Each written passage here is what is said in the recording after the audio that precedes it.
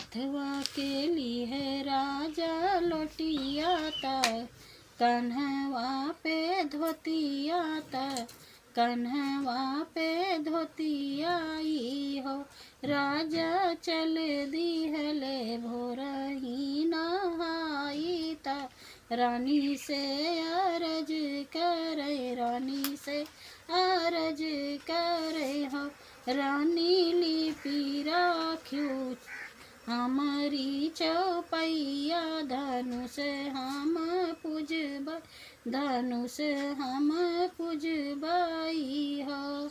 मैया जे बेटी के बोलावे त बेटी के समझावे त बेटी के समझावाई हो।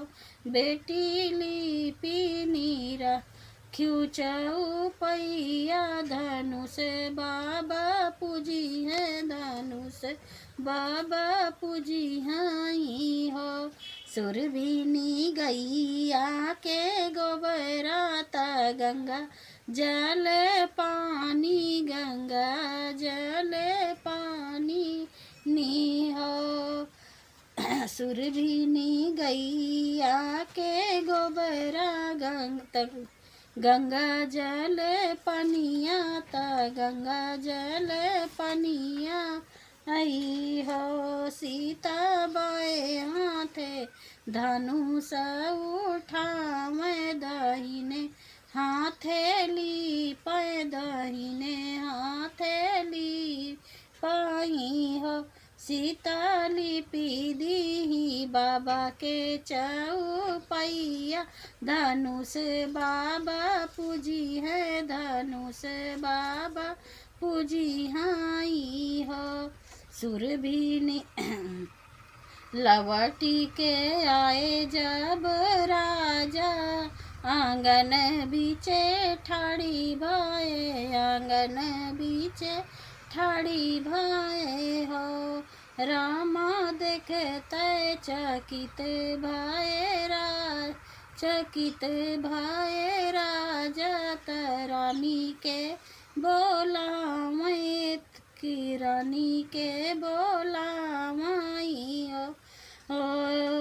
दाना के नाली पाई चौपाई, धना के नाली पाई है चौपैया त हमसे बतावऊ त हम समझावऊ।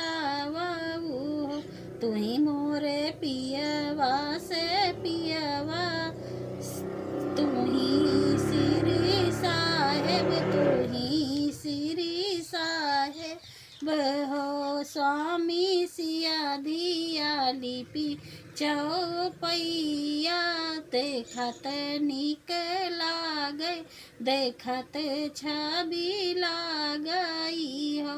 जनक जी सीता के बोलावे, बगले बैठावे, बगले बैठावाई हो। बेटी कैसे कैसे लिपियू चौपैया त हमसे बतावऊ, हमाई समझावऊ हो। सुरभिनी गैया के गोबरा त गंगा जल पनिया, त गंगा जल पनिया आई हो।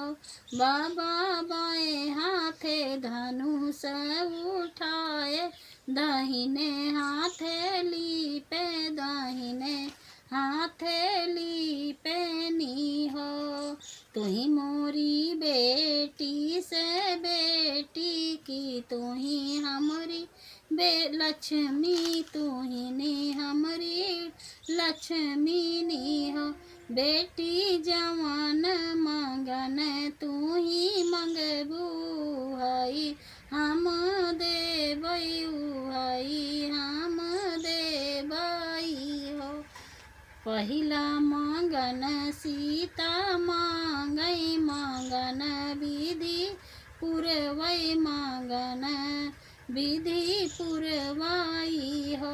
सीता मांगई पुरवाई हो। सीता मांगई कौशल्या जैसन सास ससुर राजा दशरथ ससुर राजा दशरथ हो। दूसरा मांगन सीता मांगई मांगन विधि पुरवै मांगन विधि पुरवाई हो। सीता मांगई लखन ये जय सीता मांगई लखन जैसन देवरा पति श्री राम तपति भगवान आइयो। तीसरा मांगन सीता मांगई मांगन विधि पुरवै मांगन विधि पुरवाई हो।